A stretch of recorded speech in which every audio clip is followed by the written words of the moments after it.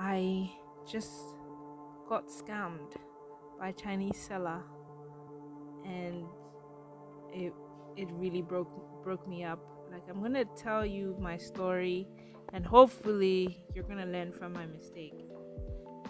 So, welcome to my channel. This is Buy It Sell It, and I'm gonna show you how to avoid getting scammed when you shop from China on Alibaba or Alipay or whatever. Now, I'm a sourcing professional, so I get products for my clients from China. So let me just go right into the story. A customer reached out to me, a return customer, and wanted some products from China. We discussed the specifics and all that, and this was around the Chinese New Year period. It was just a few weeks to Chinese New Year. A lot of the shops had started closing, and I shop on 1688 most of the time because I like to buy stuff in wholesale. Most of my clients get me to buy stuff for them in wholesale. So this is Chinese. So I discussed the specifics with my customer.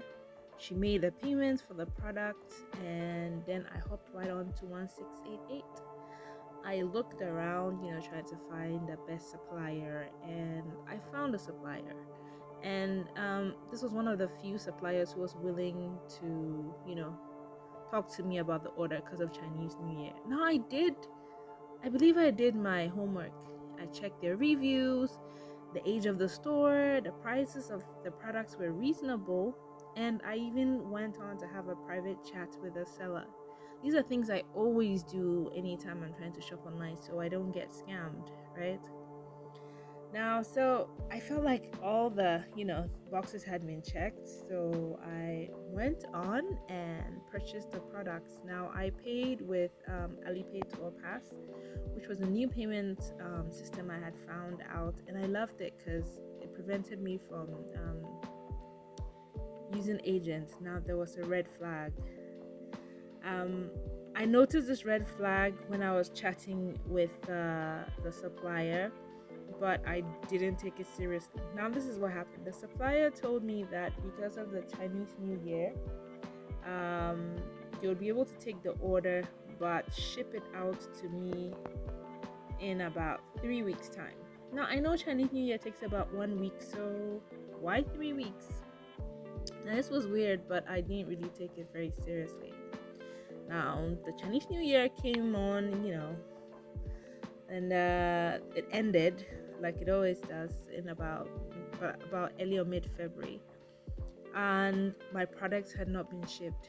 I reached out to the supplier and said, yo, what's happening with my products? And they said, oh, yeah, your products are going to be shipped really soon. So one thing I did that I shouldn't have done was I feel like I relaxed a little too much and had too much faith in this supplier. And once you're sourcing products in another country, you have to be careful all the time. And this is all the way in China. Man, it took me like forever. And finally, I decided to get a refund.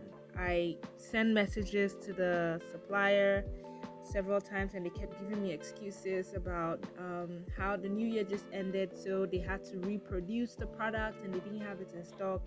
And I was like, no, man, this is like too much. It's over my head. I started looking for new suppliers. Now, at the same time, my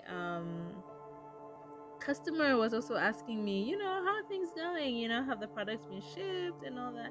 And there was like so much pressure. Like, I was having pressure from left and right. And this is the first time this has happened to me. So it was crazy. And I mean, like, super crazy. Now, I decided to just give up and just get a refund and get a new supplier and just start the whole process again. I had lost time, yes, but let's just move on. Now, what happened with the refund was I was actually eligible for a refund, and I requested a refund just a few days before the refund time expired. Now, what I learned from borderless commerce was I should have followed up on this refund. So like on 1688, when you request a refund, it give you like 24 hours for the seller to respond. Now the seller can decide to accept the refund and give you the refund, or they could change their mind. They could say no, they're not gonna give you a refund. Maybe they've shipped the product or whatever, for whatever reason. Now if they say no, you also have a short window to equally respond and say no, like to also, argue out your issue. Now if you can prove that you haven't received the products, or the products are not as they said they are, 1688 will refund you. But the problem was, I just requested for a refund and just left it, thinking that the seller would instantly approve my refund. And so that really set me back. And at least now I know never ever ever to do that. And going forward, I'll be super careful. Like, I'm not even joking. Now this doesn't stop me from doing business in China or with Chinese suppliers.